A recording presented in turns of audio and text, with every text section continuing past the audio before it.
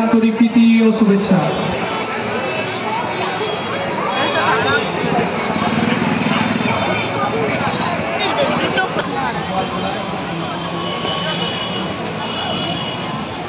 প্রত্যেকেই হয়তো মণ্ডপের উপর জোর দেন, কিন্তু আপনারা আলোকসজ্জা এবং স্বপ্ন এই দুটিকে আলাদা করে জোর দিয়েছেন।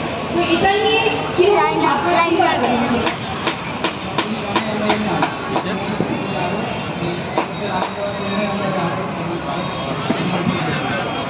অসংখ্য ধন্যবাদ জানাই আপনাদেরকে এবং কালী পুজো ও দীপাবলির শুভেচ্ছা জানিয়ে আপনাদের রং আলো মিলেমিশে একাকার হয়ে যাচ্ছে এবং এই একত্রিত যে আলো এবং শব্দ চিৎকার করছিস, শুনতে পাচ্ছ ওখানে? এখানকার লোক তো শুনতে পাচ্ছে।